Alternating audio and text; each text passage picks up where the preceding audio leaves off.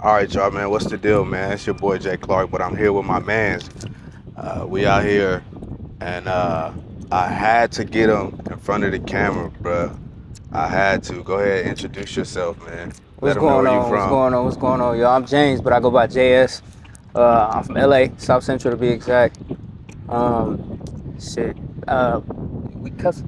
Yeah, do your thing, bro. Yeah, you can cuss. You can do what you need to, bro. Yeah, I didn't know how this would be like. yeah. Look, Uh, normal, bro. Normal.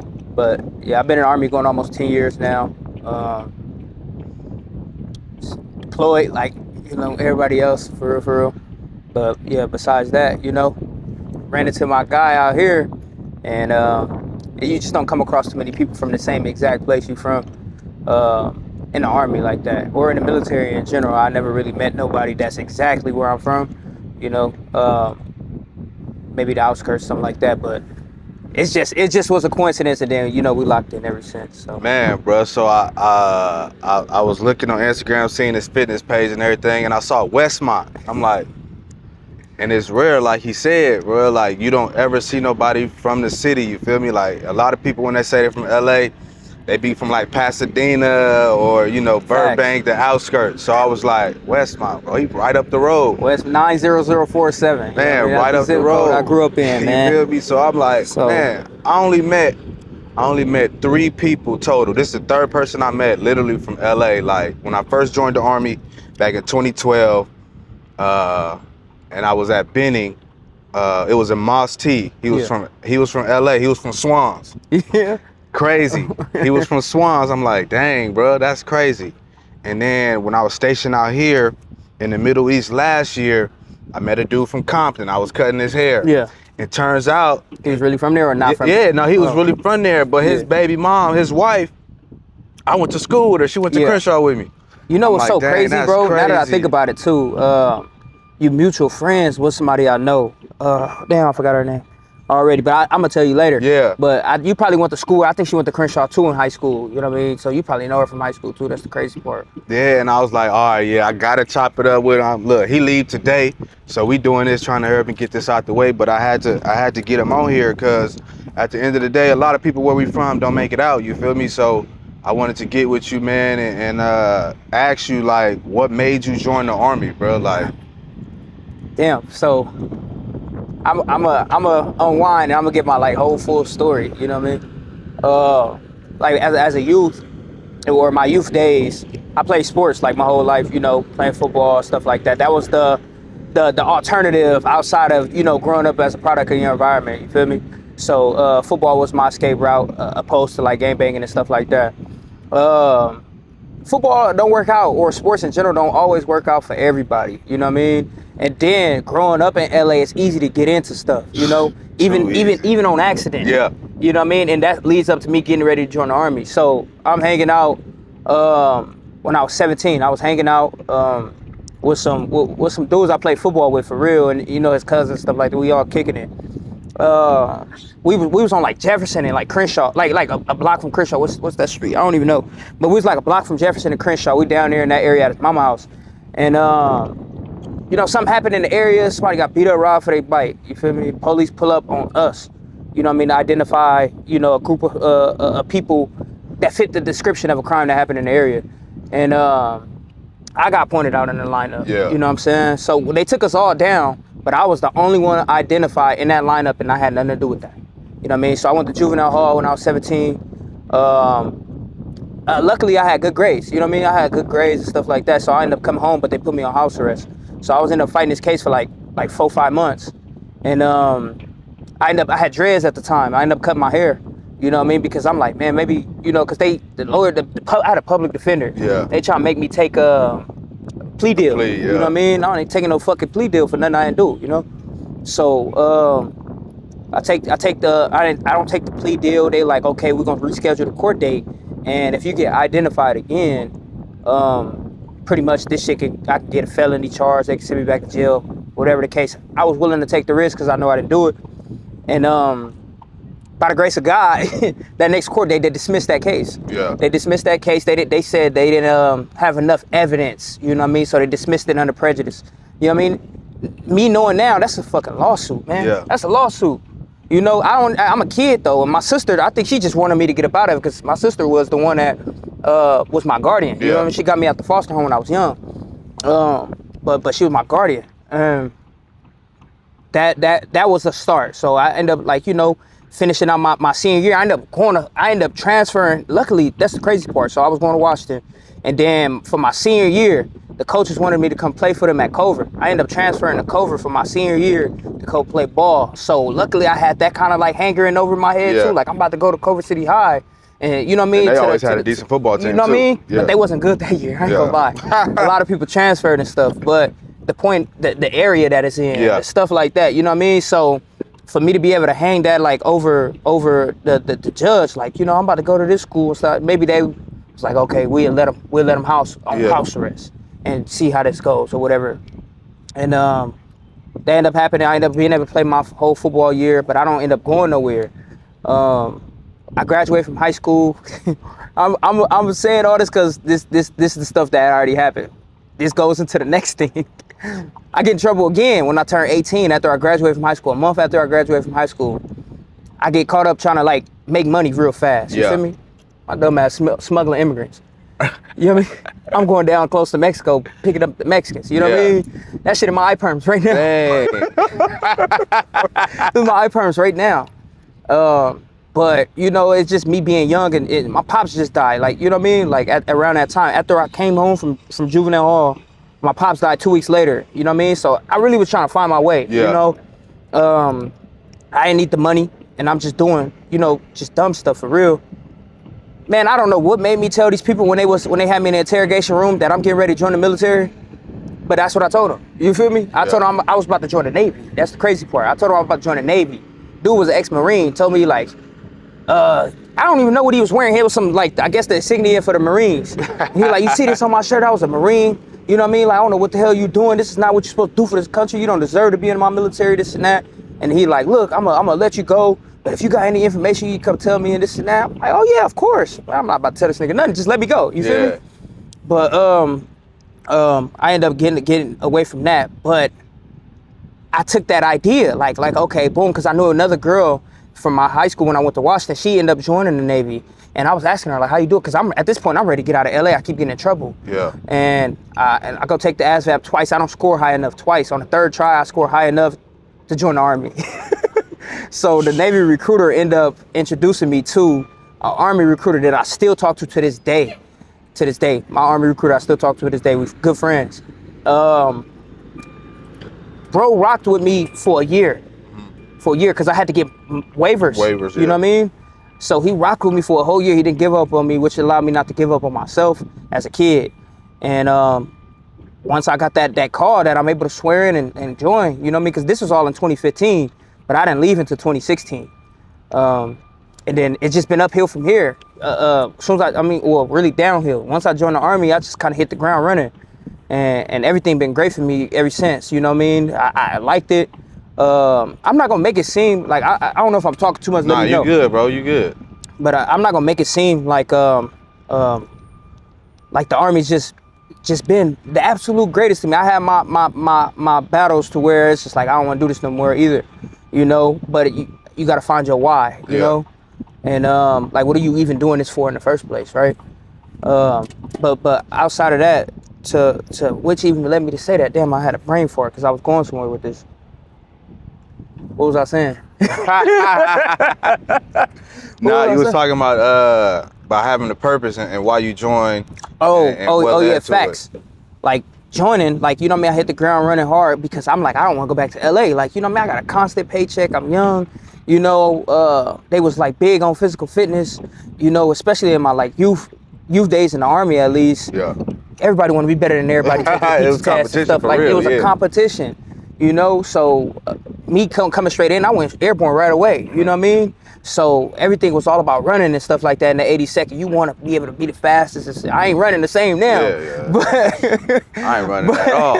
At all. I might get on the Stairmaster or something, but the running days ain't really the same no more. But outside of that, it put me in a good lighting, you know?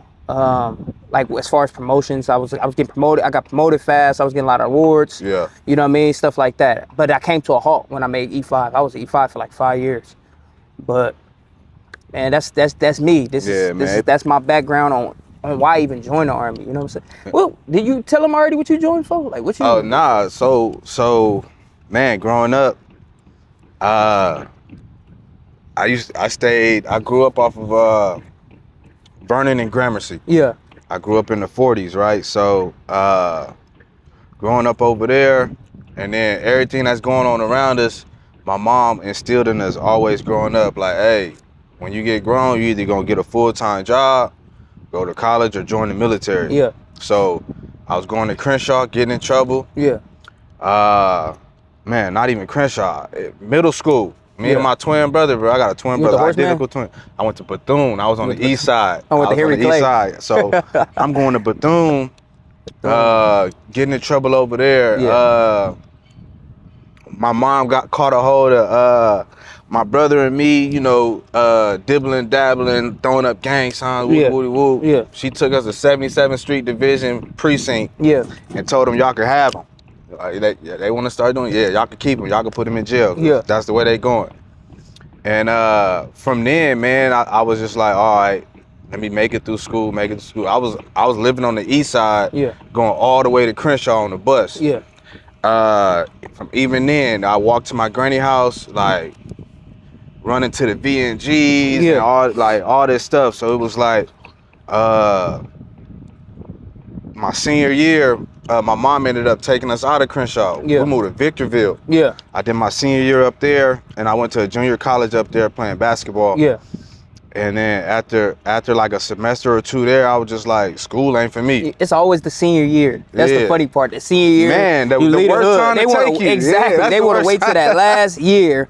You know what I mean? I mean, for me, that was my decision to like, I'm like, Culver City. You know what I mean? Yeah. Like, what? Me and my young brain, even though I had a girlfriend at the time, I'm thinking like, it's gonna be a pretty girl. You Yeah. know what I'm saying? So I want to go to Culver. Man, went up there senior year, did 2 semesters in college, and I was just like, military it is. My Yeah. twin brother had to join the National Guard. Yeah. We was always supposed to go together. He went right after high school though. Yeah. And so I was like, all right, boom. I flew to Fort Sill for his graduation, Yeah. saw that. And next thing you know, I went and talked to an Army recruiter. Like, I'm doing this And too. I went active duty. Yeah. Next you know, I'm at Fort Benning in 2012. And go through that, and I was a scout. Yeah. I just took whatever they gave Yeah, me you to was get Scout out of Scout? it. Yeah, took whatever they gave me. Yeah. And they gave us our orders for our first duty station. They was like, all right, all y'all get family day. I'm on it over here. Hey, all y'all going to Korea. Y'all get a 1-day pass, and then Yeah. y'all getting on the plane. I'm like, dang. Korea. But I get to Korea, bruh. I woke up every day like, bruh, I never would have thought. Like, 19-year-old from South Central LA in a whole nother country. Yeah. Woke up every day, and Korea was lit. Yeah. And so once I joined, man, it was the best decision I made. Yeah. Best decision I made. Yeah.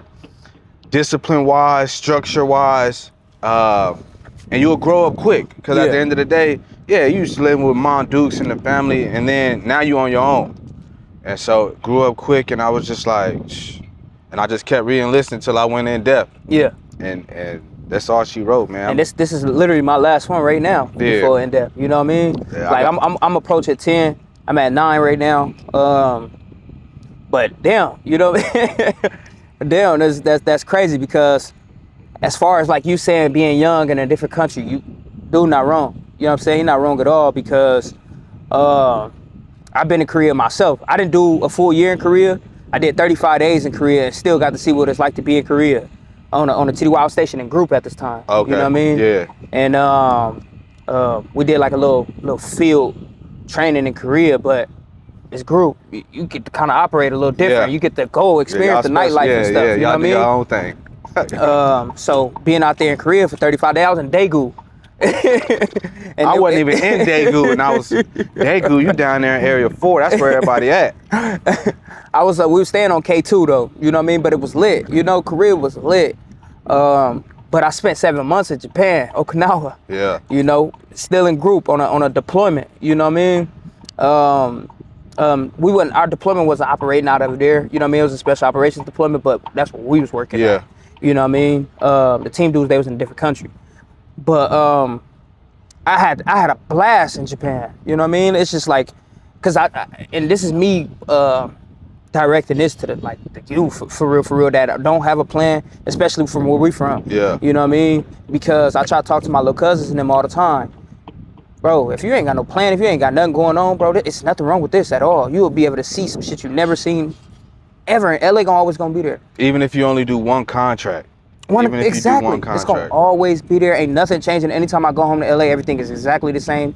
Besides the infrastructure, the architecture, they changing shit Yeah, up. they You know what I gentrifying, mean? yeah, they adding, gentrifying yeah. like hell. You feel me? Outside of that, bro, everybody is still the same people that I knew 10 years ago. Literally. You know what I mean? And there ain't no shade or nothing like that. But at the end of the day, that just gives me the idea or the comfortability to know that it's gonna always be there. You know, that's gonna always be there. I'm not about to stop what I got going on to backtrack to home. Man, and I go home, bro. When I go home, 3-4 days, bro, I'm ready to leave. Yeah. Ready to leave, bro. I got a hold, man, being in the Army, I got a hold of the South, Georgia, Yeah. Texas, Yeah. even the Carolinas to go visit. And I'm just like, bro, once you get a hold of that environment, after being in the fast-paced city, you go to the country and it's smooth sailing, It's different. slow pace. It's Like, a lot bro, of you do black not people. want to leave. It's a lot of black people. You do not want to leave. Cookouts on the What? weekend, good What? vibes, blues. I got put on to the blues going out there. And I'm just like, oh yeah, I All can that little live King with George this. and stuff like Yeah. that is dealing with them. I'm for real. like, You know Sir what I Charles mean? Jones, TK Soul. I'm like, oh yeah, I could live with I this. could get right with this. Man. So I can say that about my little cousin Kiera right now. Like, you know, she seemed like she's adapted to that lifestyle too because her boyfriend, he from Baton Rouge, Louisiana, and she moved out there. And well, she went to college out there first. That's where she met him in Texas, at Marshall University. But he from Louisiana. Now they living in Louisiana together. Yeah. And she seemed like she adjusted to that lifestyle because she like it too, man. It's just the South, man. It's a beautiful thing. Only man. if the black people in LA for real know the actual roots of why we even live and grew up in LA anyway. You know what I'm saying? We really got Southern background. You ask any black person in LA for real, like where your family is actually from, they gonna say somewhere in the South. Exactly, because my granny moved to Cali from Mississippi, bro. I just literally had this conversation with somebody earlier. My Yeah. family from Louisiana. We might not know these people. You know, I don't know about you, but like I don't know my family really like that from Louisiana and Texas and stuff.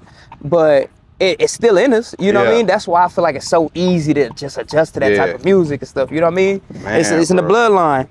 So tell me, bro, like, you me- always been an athlete. Go ahead, bro. Go Yeah, ahead. I'm just replying to this Yeah. text. I'm telling y'all, Matter of fact, let me man. get my call back. Joining the Army, bro. Can't beat it. Even if you do one contract. What's going on? I just told Sergeant Roy where I was at. He hit me up too. I'm at the softball field. All my bags is already outside. I'm doing a little interview. Hey, yeah, as soon as you get there, you're gonna have to put tape on. Okay. All right, I'll hold the tape here. Just Oh. come see me so you can put tape on it. I appreciate that. Yeah, my boy getting ready to get up out of here, Yeah, man. it's time to go home, man. Must be nice. I got a few. Look, bro, we counting down about 69 days.